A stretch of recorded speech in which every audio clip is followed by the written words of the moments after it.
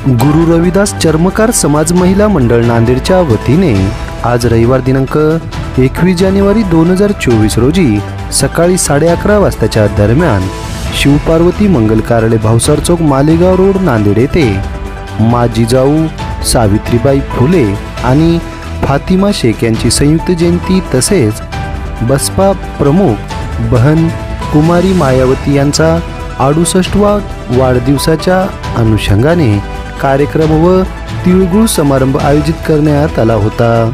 या कार्यक्रमाच्या अध्यक्षस्थानी विचारवंत तथा स्त्री रोग तज्ञ डॉक्टर कल्पना जमदाडे, उद्घाटक म्हणून उपजिल्हाधिकारी सौ संतोषी देवकुळे, प्रमुख अतिथी म्हणून प्राध्यापक डॉक्टर उषाताई कांबळे आणि आर्निसचे इंजिनियर सम्राट हटकर यांची उपस्थिती होती। कार्यक्रमास समाजातील उद्योजक महिला, आंतरजातीय विवाह केलेले जोडपे आणि केवळ मुली असणाऱ्या जोडप्यांचा तसेच देहदान, अवयवदान करणाऱ्यांचा सत्कार करण्यात आला। या कार्यक्रमाचे उद्घाटन पाण्याचा दिवा पेटवून करण्यात आला आहे। या प्रसंगी बहुजन समाजातील महान स्त्रियांना अपेक्षित परिवर्तन झाले काय आणि महिलांमधील श्रद्धा, अंधश्रद्धा या विषयावर मान्यवरांनी प्रबोधन केले आहे।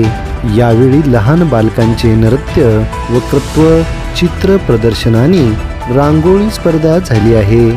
या कार्यक्रमास सामाजिक कार्यकर्त्या डॉक्टर संजीवनी शेळके, सौ अर्चना गायकवाड, सौ रेखा धनगे, सौ अनिता देगलूरकर, सौ गंगाबाई दुधंबे यांची प्रमुख उपस्थिती लाभली होती।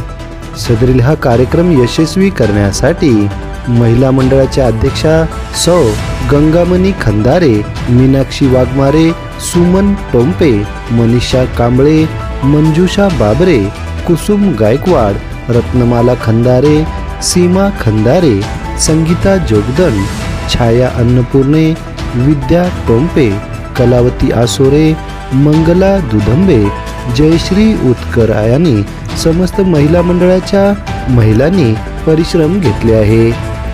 सदरील या कार्यक्रमासंदर्भात डॉक्टर कल्पना जमदाडे यांच्यासह डॉक्टर अश्विनी कुबडे आणि आर्निसचे इंजिनियर सम्राट हटकर यांनी आपली प्रतिक्रिया दिली आहे।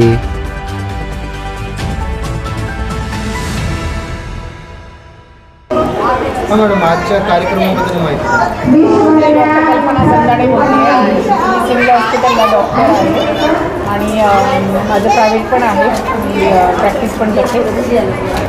आज जो कार्यक्रम आहे तो रविदास समाज महिला मंडळ जे आहे त्यांनी आयोजित केलेला आहे स्नेह मिलन मेळावा, त्याची मी अध्यक्ष म्हणून मला बोलवण्यात आलं आहे।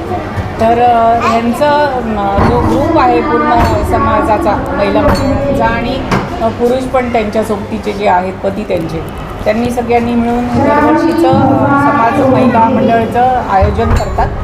तर हे सातत्य त्यांचं टिकून आहे।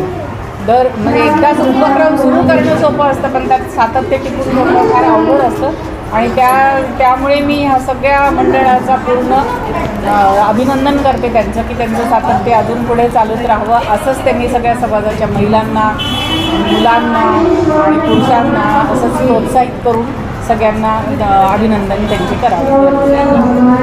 थँक्यू। हां मॅडम, आजच्या या कार्यक्रमाचा उद्देश सांगा।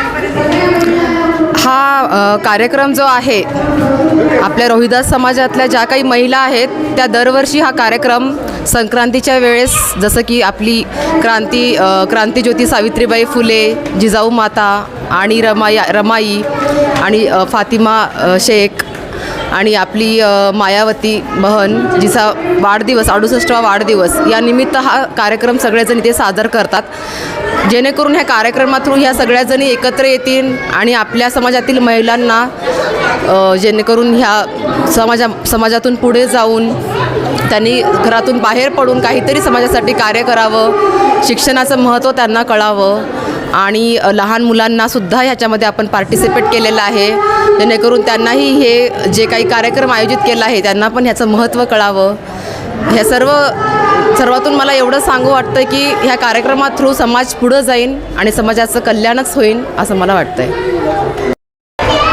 हां सर, आज जे शिवपार्वती मंगल कार्यालयामध्ये कार्यक्रमाचे आयोजन केले याबद्दल माहिती द्या. हां, नमस्कार. मी सम्राट हटकर, महाराष्ट्र अंधश्रद्धा निर्मूलन समितीचा राज्य कार्यकारिणी सदस्य आहे.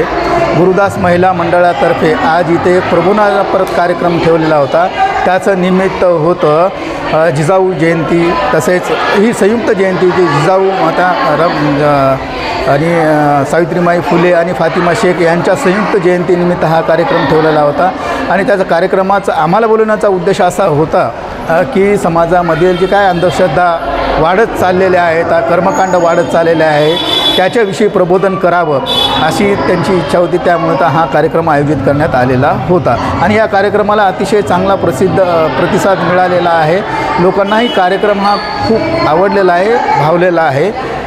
आणि यापुढं लोकांच्याकडून अशी आश्वासनं मिळालेली आहेत की आम्ही यापुढे अंधश्रद्धा पाळणार नाहीत.